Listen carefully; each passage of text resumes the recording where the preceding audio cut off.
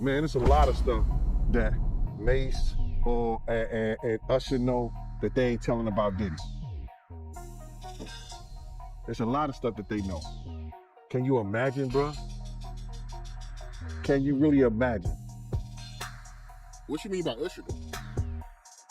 Usher used to stay with Diddy too. And but do I regret it? For the fact that he wants to be called Cinco. Right. I know that he probably has some, something with it. But I'm like, hey, you know what though? Do what you want, man. You're a dad now. Would you ever send your kid to Puffy camp? According to a man, Usher, he's saying that Usher gave him herpes and wants Usher to turn over his medical records. I moved to New York City.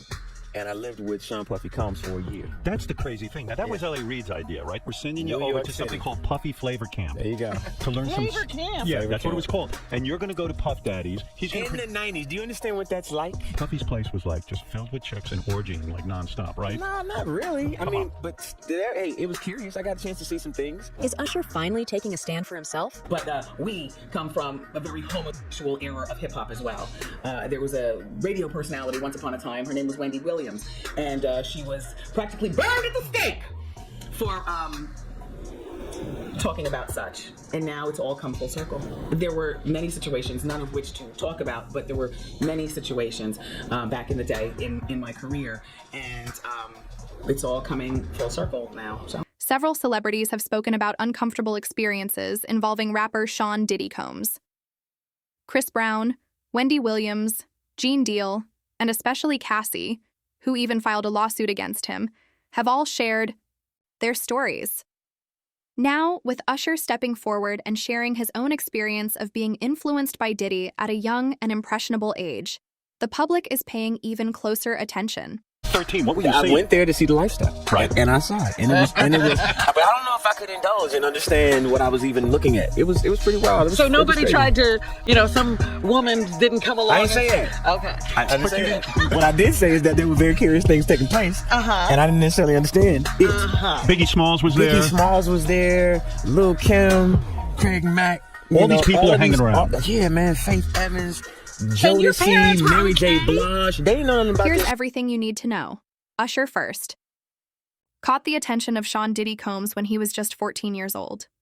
Soon after, the music producer signed him to Bad Boy Entertainment at Interview 3. From there, it was reported that Usher was introduced to the world of fame and wealth under the guidance of Combs, who took on the role of his mentor. As part of this mentorship, Usher was invited to live with him as a way to learn and grow within the music industry. He's having a good time, you know what I mean? Does he have you doing any chores? Are you doing dishes at all? I mean, to keep you humble somewhat? Or are you just like, can you stay up till 4 in.the morning with them and party? I mean, I could. I actually stayed up longer than them. And do you have money? What's going on? I mean, I had like per diem. Yeah. I had like, What like a limit. life. Yeah, it's pretty crazy. 14 years old. You're a dad now. Would you ever send your kid to Puffy camp? Hell no. Fast forward to today, Usher shared an honest and unglamorous side of his early career with Oprah Winfrey in a 2012 interview.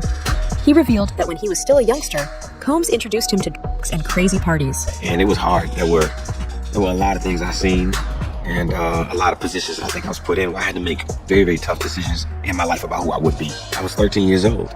And being 13, having that type of exposure, it was cool to go to Howard Homecoming with Puff. It was great to be able to go to Club USA or the Supper Club, with Puffy in that time, or the Tunnel. But these are places that a 13-year-old probably should not be. Most kids will be excited about it. Most kids are trying to figure out, how to be around hot girls, pretty girls. I'm around grown women, and I'm seeing them do things and have experiences that I'm not quite ready for. And I think that he was just trying to show me the lifestyle.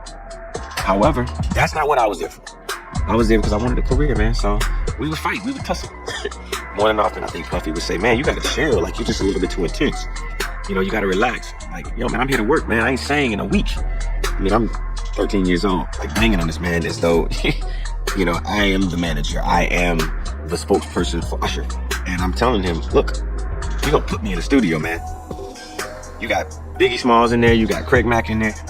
You're going to make me a priority, too. I'm not here to party with you. I don't want to go to the clubs. Matter of fact, I'm too young to even be in here. Why you got me in clubs? I think as a kid, I realized, hey, look, that's not my ring. That's not my moment. That's not my bottle. That's not my drink. That's not my celebration. So I'm not here to celebrate. I wanted people to be excited about me the way they were excited about him. I wanted my own success. I would stay at the studio. all of what I could absorb from being an artist, being around other performers like Mary J. Blige, Jodeci, I'll Be Sure at the time, Missy Elliott, Timbaland, all of these people, I would just absorb every bit of what I could get my hands on. I was just pulling everything I possibly could. There was a lesson in all of it. There was something to pull from it all because I got a chance to see a glimpse of the lifestyle, a glimpse of the idea of what it was to be successful. And part of all of this is really, if you can see it, then you should believe it. Forward to today, Usher opened up about the less glamorous side of his early career during a 2012 interview with Oprah Winfrey. He revealed that when he was still very young, Combs introduced him to adult environments, including wild parties and situations he wasn't prepared for at that age. Y'all that have been battling with this homosexuality way before all this came out. Y'all be, you motherfuckers like always saying, and you too, John, Reggie be lying, Reggie making up. But if y'all go and listen to my videos before, y'all see I done spoke on all this bullshit before. Been telling y'all, Puffy Combs is a fucking homosexual. Any man sitting paying a motherfucking meal to come and watch him have with his girl is a weirdo. Now I know y'all be like, well, you don't watch porn, you don't watch porn. No, number one, pay a motherfucking man to come and watch me or let me watch them a man. I mean, a girl. I ain't gonna pay no man to do that. And generally, if I watch it's girl on girl. That's just my taste. But yeah, that's crazy. But I've been telling y'all that this is he's gay. But when you have to have these females around, you gotta hide that crazy fantasy. I got Gene done told y'all. They're going to buy plugs. Females that play with dildos and plugs and all that, they want their own. They want that broken out brand new or new for you niggas that don't know. You go pick out a that you've been having laying around the house or something like that. Bitches be like, hey, get that shit away from me.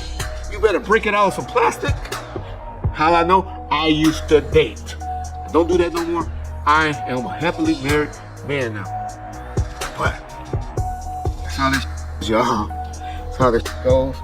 Puffy is weirdo. I'm telling y'all he's a weirdo. But now that it's out, everybody else can benefit from the stories. But Gene been telling y'all. That's one thing I give him credit for. He been telling y'all. He ain't been saying no words like I just harshly said it. But dude, man. Dude, it's gonna come out. Usher, somebody gonna come out and tell y'all these stories. Also criticized Combs for not being a good role model. He said that in order to develop his own identity and follow his career on his own terms, without feeling controlled, he felt it was necessary to distance himself from Combs.